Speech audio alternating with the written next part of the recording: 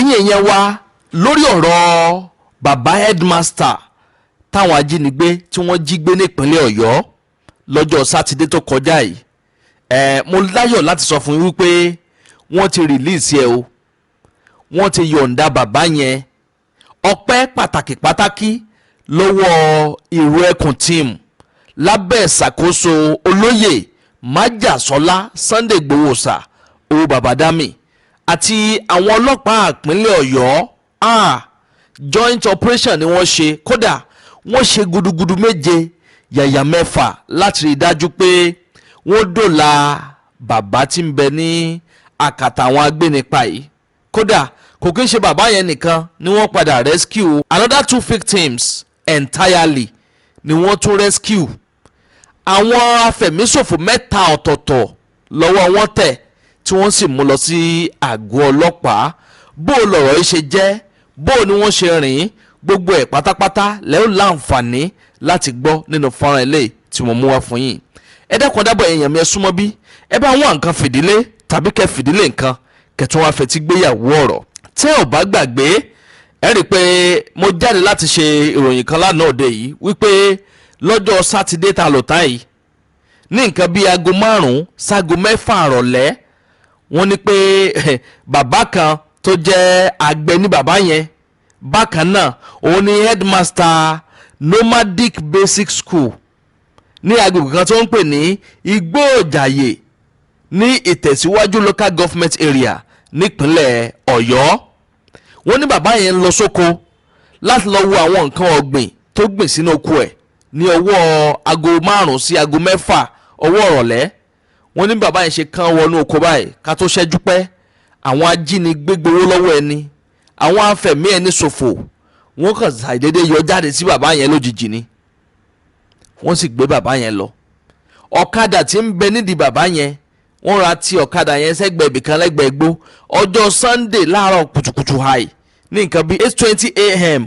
láàárọ̀ Sunday ni wọ́n sọ pé wọ́n gán ní ọ̀kadà bàbá yẹn nínú igbó. àwọn pípọ̀ gbé bàbá yẹn lọ o láti ọjọ́ sátidé. bẹ́ẹ̀ ni wọ́n ń béèrè ransom. pèlò ni wọ́n ń béèrè fún ransom 30 million naira. wọ́n ní táwọn ò bá rí 30 million naira páwọn ò ní fi bàbá yẹn sílẹ̀. mo láyọ̀ láti sọ fún yín wípé lọ́wọ́lọ́wọ́ báyìí wọ́n ti dòla bàbá yẹn. bàbá yẹn lẹ́ ń wò tí ń jubilate, wọ́n ti rescue bàbá yẹn. àwọn òun ló ṣe operation yìí ẹ wò ó Iru Ekun team ni o àtàwọn ọlọ́pàá ni wọ́n jọ kálùgbó ni wọ́n kálùgbẹ́. kódà wọ́n ló tó àkókò kan tó jẹ́ pé wọ́n nílò láti pín àwọn people yẹn sọ́tọ̀ọ̀tọ̀.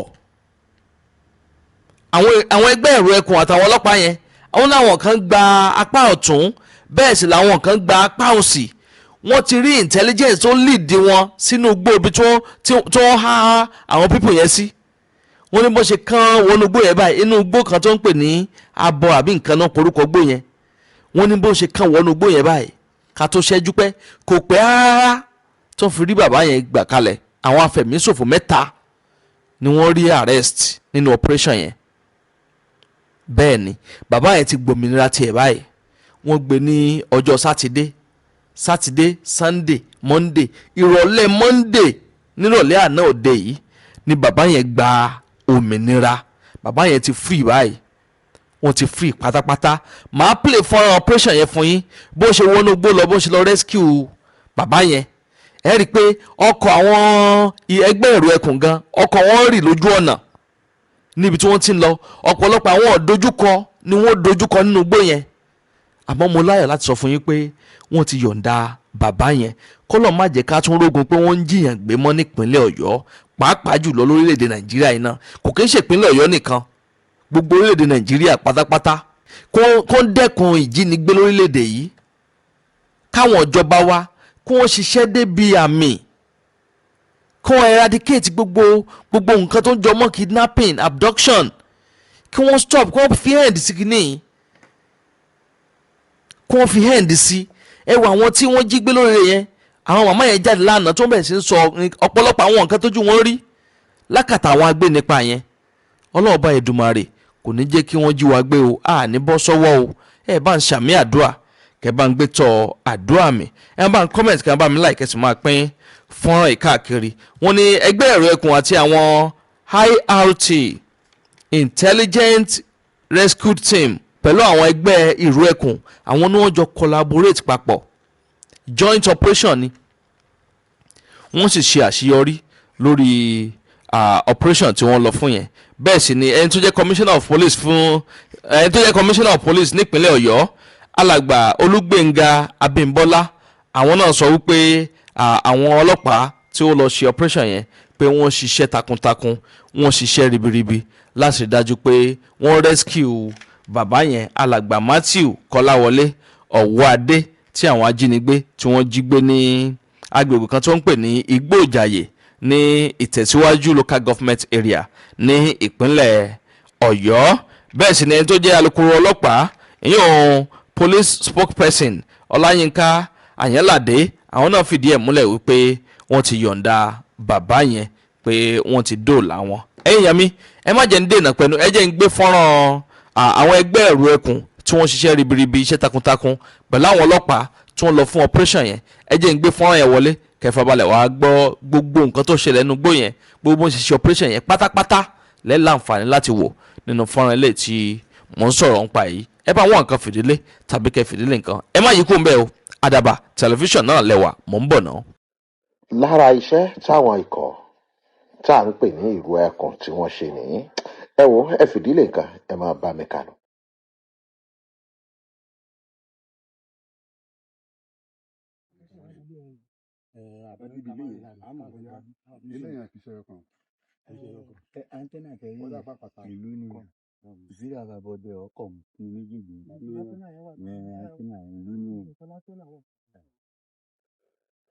Lẹ́yìn ìgbà tí wọ́n dára wọn sí méjì, làwọn apá kan gba apá ọ̀tún, àwọn apá kan gba apá òsì láti wò ó pé bóò làwọn ṣe rí àwọn afurasí tí wọ́n jíyàn gbé, nítorí bí wọ́n ti láǹfààní tí wọ́n lé wọn kúrò níbìkan ni wọ́n tún wọ bìkan. Ẹ wo Àkànbí, à ń bọ̀.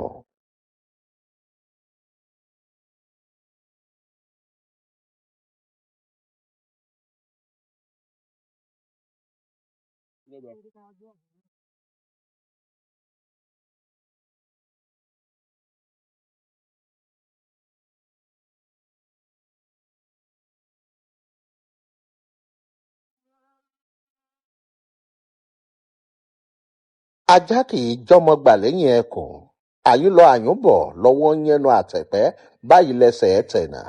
Ó dolú tìrán, àgádágodo tìrán, èèwọ̀ tí ń bẹ lẹ́nu ẹku ní tìrán méku lẹ́nu, ìwọ̀ báyìí tí ń bẹ lẹ́nu ẹja ní tìrán mẹ́ja lẹ́nu. Àwọn Iru Ekun wọ́n rìnrìn wọ́n wọnú ìlú.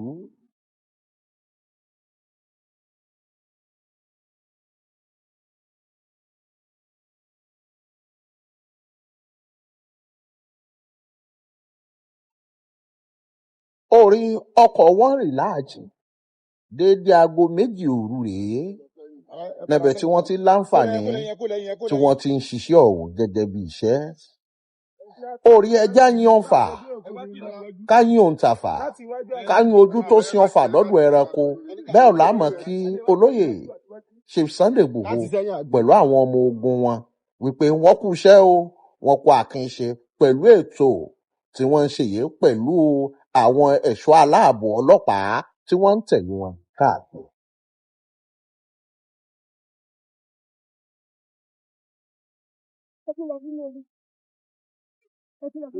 Ẹ jẹ́ ká ti kó lọ, ẹ jẹ́ ká ti kó padà ká wá gbanú omi yẹn. Ẹ jẹ́ àti kó gba ẹnu omi. Ẹ jẹ́ àti kó gbanú omi. Gbébọ sílẹ̀, gbébọ sílẹ̀, gbébọ náà gbébọ sílẹ̀. Ẹ kó lọ nú omi.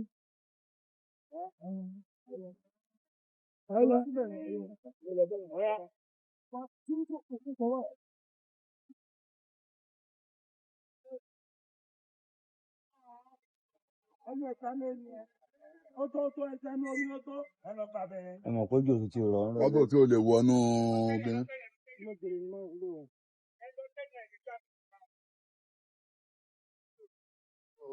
Orí wọn padà sí àṣeyọrí. Àwọn méjì tí wọ́n jí gbé wọ́n padà gbà wọ́n kalẹ̀. Àwọn ni wọ́n ń kó wọ àgọ́ ọlọ́pàá yìí láti fà wọ́n lé wọn lọ́wọ́. Àwọn tí wọ́n kó àwọn ni méjì òòrùn àwọn tí wọ́n kó òyàn àwọn ni mẹ́ta tí wọ́n ṣíwájú yìí àwọn míì fẹsẹ̀fẹ tí wọ́n rí múnú wọn orí yínníyínní kẹ́ni lè ṣe míì adúpẹ́ adúkẹ̀kẹ́ òkun lọ́wọ́ olóyè Chief Sunday Igboho Àdìsá ọmọ aládìkún àtàwọn ikọ̀ ọlọ́pàá adúpẹ́ o ọpẹ́ àdá tán. ọ̀lẹ́gbọ́n yìí o ẹ̀yìn ẹ̀wà ṣẹ́yìn náà ti wá rí báyìí pé àwọn ẹgbẹ́ Ìrù Ekun wọn kéré o bẹ́ẹ̀ ni wọn kéré kódà wọ́n ti fẹ́ máa overtake àwọn ẹgbẹ́ kọ̀ọ̀kan báyìí níbi tí wọ́n dé dúró báyìí ẹ rí i pé majority of the operation tí wọ́n ń ṣe recently ẹgbẹ́ Ìrù Ekun máa ń wà láàrin wọn.